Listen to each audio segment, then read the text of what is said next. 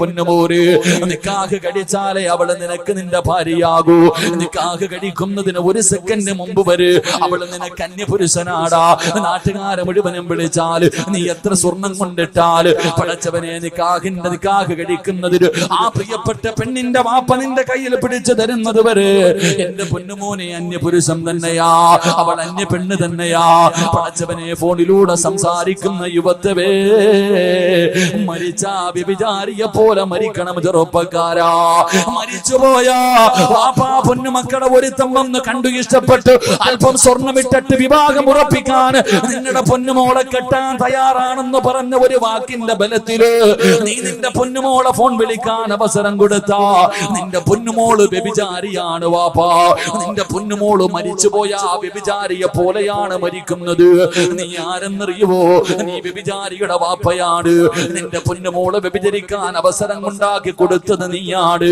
നിന്നെ പടച്ചുറപ്പ് വിടൂല. നിനക്ക് തടമ്പുണ്ടെങ്കിലും താടിയുണ്ടെങ്കിലും ഹാജിയാരാണെങ്കിലും പള്ളിയിലെ ഇമാമാണെങ്കിലും ഏത് കൊലകൊമ്പനാണെങ്കിലും അള്ളാഹു നിന്നെ വെറുതെ വിടില്ലെന്ന് നബി മുഹമ്മദ് മുസ്തഫ സല്ലല്ലാഹു അലൈഹി വസല്ലമ തങ്ങൾ പറയുകയാണ്. നാളെ പടച്ചുറപ്പിന്റെ പരലോകത്തില് ഏറ്റവും വലിയ വൃത്തികെട്ടവര് 3 വിഭാഗമാണ്. ഏറ്റവും വലിയ വൃത്തികെട്ടവര് 3 വിഭാഗമാണ്. ആ 3 വിഭാഗത്തിൽ ഒന്നാമത്തെ വിഭാഗം ഏതെന്നറിയുവോ? തന്റെ ഭാര്യയും മക്കളും തെറ്റ് ചെയ്യുമ്പോ അതിന് സാരമായി തള്ളിക്കളയുന്ന വാപ്പാ നീയാണെന്ന് നബി മുഹമ്മദ് മുസ്തഫ സല്ലല്ലാഹു അലൈഹി വസല്ലമ തങ്ങൾ പറയുകയാ. പടച്ചുറപ്പ് നിന്റെ മുഖത്ത് നോക്കൂല, നിന്നോട് കരുണ കാണിക്കൂല, നിനക്കൊരു പരിഗണനയും ഉണ്ടാകില്ല, അല്ലാഹുവിന്റെ ദയ പോലും നിനക്കുണ്ടാകില്ല. അതുകൊണ്ട് എന്റെ പ്രിയമുള്ളവരെ, അന്യ പെണ്ണിന്റെ ശബ്ദം കേൾക്കല് അത് ചെവിയുടെ വ്യഭിചാരമാണ്. ഹറാമ് കാര്യങ്ങൾ സംസാരിക്കലുണ്ടല്ലോ, ഹറാമായ കാര്യങ്ങൾ സംസാരിക്കലുണ്ടല്ലോ, അത് നിന്റെ നാവിന്റെ വ്യഭിചാരമാണെന്ന് നബി മുഹമ്മദ് മുസ്തഫ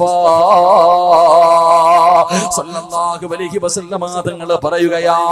നാവ് കൊണ്ട് മോശമായ സെക്സ് ഉണ്ടാക്കുന്ന സംസാരങ്ങൾ സംസാരിക്കുന്നവരല്ലേ പടച്ചവരെ, ഇന്ന് ശരീരത്തിന്റെ വ്യഭിചാരം അല്ലാഹുവിന്റെ പ്രവാചകൻ അവിടെന്ന് പറയുകയാണ്. മോശമായത് സംസാരിക്കൽ നിന്റെ നാവിന്റെ വ്യഭിചാരമാ.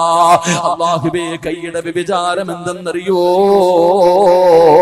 അന്യ പെണ്ണിന്റെ ശരീരത്ത് തൊടല് കൈയുടെ വ്യഭിചാരമാണെന്ന് നബി മുഹമ്മദ് മുസ്തഫ സല്ലല്ലാഹു അലൈഹി വസല്ലമ തങ്ങൾ പറയുമ്പോ, കല്യാണ വീട്ടിലേക്ക് കടന്നു ചെല്ലുമ്പോ ഒരുപാട് തിരക്കുകൾ ഉണ്ടാകുമ്പോ ബസ്സിനകത്ത് യാത്ര ചെയ്യുമ്പോ പടച്ചവനെ ചിലർ കന്യ പെണ്ണുങ്ങളുടെ ശരീരത്തൊന്ന് തടകുന്നത് ഒന്ന് തൊടുന്നത് വല്ലാത്ത ഇഷ്ടമാണ്. എങ്കിൽ അല്ലാഹുവിന്റെ റസൂല് പറയുന്നു, ചെറുപ്പക്കാരാ, അന്യ ഒരു പെണ്ണിന്റെ ശരീരത്ത് തൊടുന്നതിനേക്കാളും നല്ലതെന്നറിയുവോ? ഏതെങ്കിലും ഒരു അന്യ പെണ്ണിന്റെ ശരീരത്ത്, ഏതെങ്കിലും ഒരു അന്യ ചെറുപ്പക്കാരന്റെ ശരീരത്ത് നിങ്ങൾക്ക് ആർക്കെങ്കിലും തൊടണമെന്ന് ആഗ്രഹമുണ്ടായാൽ അവളെ തൊടുന്നതിനേക്കാളും നല്ലതെന്തെന്നറിയുവോ? അന്യ ഒരു പെണ്ണിന്റെ ശരീരത്ത് തൊടുന്നതിനേക്കാൾ ഏറ്റവും നല്ലതെന്തെന്നറിയുവോ?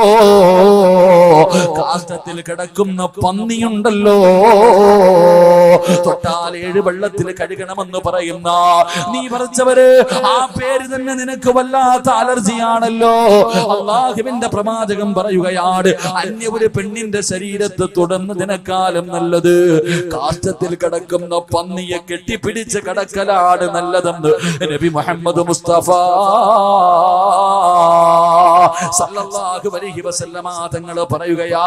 പന്നിയെ കെട്ടിപ്പിടിച്ച് കിടന്നാൽ കഴുകിയാ പോകുമല്ലോ, പന്നിയെ കെട്ടിപ്പിടിച്ച് കിടന്നാല് കഴുകിയാൽ അത് പോകുമല്ലോ. പക്ഷേ അന്യ പെണ്ണിന്റെ ശരീരത്ത് തൊട്ടാൽ അത് പാപമാണ് ചെറുപ്പക്കാരാ. മഹാനായ സയ്യിദുനാ ഉമർ ഇബ്നുൽ ഖത്താബ് റളിയല്ലാഹു തആല അൻഹു രാജ്യം ഭരിക്കുമ്പോ പടച്ചവനെ, ഒരു ചെറുപ്പക്കാരൻ ഉണ്ടായിരുന്നു. പള്ളിയിലെ 1ാമത്തെ സഫിലാണ് ഇരിക്കുന്നത്. എപ്പോ നോക്കിയാലും പള്ളിയിലാണ്. ഉമർ റളിയല്ലാഹു തആല അൻഹുവിന് ചെറുപ്പക്കാരനെ വല്ലാത്ത ഇഷ്ടമാ. എന്റെ പ്രിയമുള്ളവരെ, ഒരു ദിവസം നമസ്കാരം കഴിഞ്ഞ് തന്റെ വീട്ടിലേക്ക്, ഇശാ നമസ്കാരം കഴിഞ്ഞ് വീട്ടിലേക്ക് നടന്നു പോകുമ്പോ ഒരു സുന്ദരിയായ പെണ്ണ് കേറി പിടിക്കുകയാ. കാണാനടകുള്ള യുവത്വത്തിന്റെ നടുവിലൂടെ നടന്നു പോകുന്ന ഈ ചെറുപ്പക്കാരനെ ഒരു സുന്ദരിയായ പെണ്ണ് കയറി പിടിക്കുകയാണ്. അവിടുന്ന് പറയുന്നു, ചെറുപ്പക്കാരാ, എന്റെ ആഗ്രഹമൊന്ന് സാധിച്ചു തരുവോ ചെറുപ്പക്കാരാ? ആരും കാണില്ല, ആരും കാണില്ല, ഒരു പ്രാവശ്യം എന്റെ ആഗ്രഹമൊന്ന് സാധിച്ചു തരുവോ എന്ന് ഒരു പെണ്ണ് തന്റെ ശരീരത്തിലേക്ക് ഒരു ചെറുപ്പക്കാരനെ പിടിച്ചു നിർത്തിയിരിക്കുകയാണ്. കെട്ടിപ്പിടിച്ചിട്ട് ചോദിക്കുമ്പോ, അല്ലാഹുവേ, ഒരു പെണ്ണിന്റെ ശരീരത്തിൽ ഞാൻ തൊട്ടുപോയല്ലോ റബ്ബേ, ഖസറ ദുനിയാ വൽ ആഖിറ, എന്റെ ദുനിയാവും ആഖിറവും നഷ്ടപ്പെട്ടു പോയല്ലോ റബ്ബേ. നാളെ ഞാൻ പടച്ച റബ്ബിന്റെ കോടതിയിൽ ഇതിന് മറുപടി പറയേണ്ടി വരുമല്ലോ അല്ലാ. ഒരു സുന്ദരിയായ പെണ്ണ് പാതിരാത്രി തന്റെ ശരീരത്തിലേക്ക് ചേർത്ത് പിടിച്ചിട്ട്, അവിടെ എന്റെ ആഗ്രഹമൊന്ന് സാധിച്ചു തരുവോ, ഒരാളും കാണില്ല എന്ന് പറഞ്ഞ് യാചിക്കുമ്പോ ആ ചെറുപ്പക്കാരൻ പേടിച്ച് തളർന്നു വീഴുകയാ. പടച്ച റബ്ബിനെ കുറിച്ചുള്ള പേടി കാരണം ആ ചെറുപ്പക്കാരൻ തളർന്നു വീഴുകയാണ്. റബ്ബേ, ഏതോ വഴിയാത്രക്കാരെടുത്തുകൊണ്ട് ആ പൊന്നുമോനെ വീട്ടിലേക്ക് കൊണ്ടുപോയി. ആ പൊന്നുമോനെ വീടിനകത്തേക്ക് കൊണ്ടുപോയി തന്റെ പ്രിയപ്പെട്ട വാപ്പാന്റെ മുന്നിൽ പൊന്നുമോനെ കൊണ്ടുവെക്കുമ്പോ അവിടുന്ന് ബോധം തിരിച്ചു വന്നപ്പോ വാപ്പ ചോദിക്കുന്നു, മോനെ എന്താണ് സംഭവിച്ചതെന്ന് ചോദിക്കുമ്പോ കരഞ്ഞുകൊണ്ട് പറയുന്ന വാപ്പാ, ഒരു പെണ്ണെന്നെ കേറി പിടിച്ചു വാപ്പാ, എന്റെ ശരീരം ആ പെണ്ണിന്റെ ശരീരവുമായി സ്പർശിച്ചു വാപ്പാ, എനിക്ക് അല്ലാഹു ശിക്ഷ തരുവോ, അതോ പേടിച്ച് പിന്മാറിയതിന് പകരം പ്രതിഫലമാണോ തരുന്നത്? പ്രിയപ്പെട്ട വാപ്പയോട് പൊന്നുമകന് കരഞ്ഞുകൊണ്ട് ചോദിക്കുകയാണ്. എന്റെ പ്രിയമുള്ളവരെ, അവിടെന്ന് പറഞ്ഞു ഉമർ ഇബ്നുൽ ഖത്താബ് തങ്ങളോട് പോയി ചോദിക്കുക വാപ്പാ. അവസാനം തന്റെ പ്രിയപ്പെട്ട പൊന്നുമോര് പറയുമ്പോ അവസാനം ഉമർ ഇബ്നുൽ ഖത്താബ് റളിയല്ലാഹു തആല അൻഹുവിന്റെ അടുക്കൽ പോയി കാര്യങ്ങൾ മുഴുവനും പറഞ്ഞിട്ട് തിരിച്ചു വരുമ്പോ സുബ്ഹാനല്ലാഹ്, നെഞ്ചു പൊട്ടിക്കെട്ട് മരിച്ചു പോയടാ ചെറുപ്പക്കാരാ.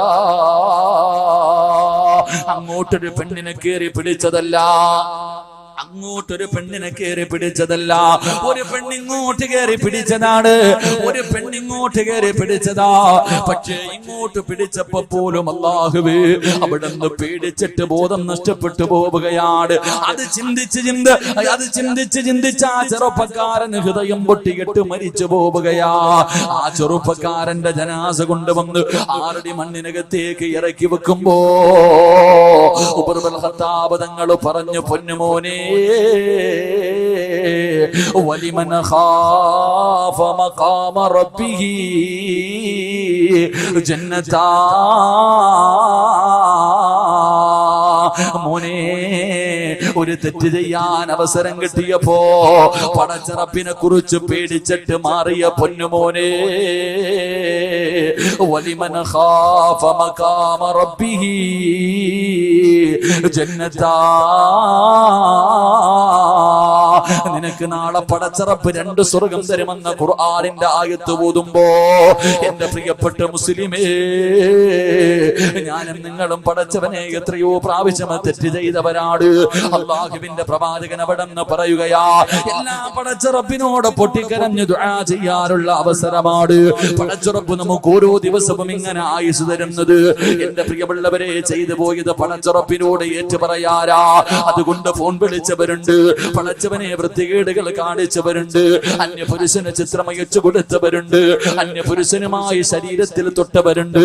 എല്ലാം ഇന്ന് വരാരും അറിയാത്തത് നിന്റെ കഴിവ് കൊണ്ടാണെന്ന് കരുതല്ലേ. പടച്ചുറപ്പ് നിന്നോട് കാണിക്കുന്ന കരുണയാ, അല്ലാഹു നിന്നോട് കാണിക്കുന്ന കരുണയാ.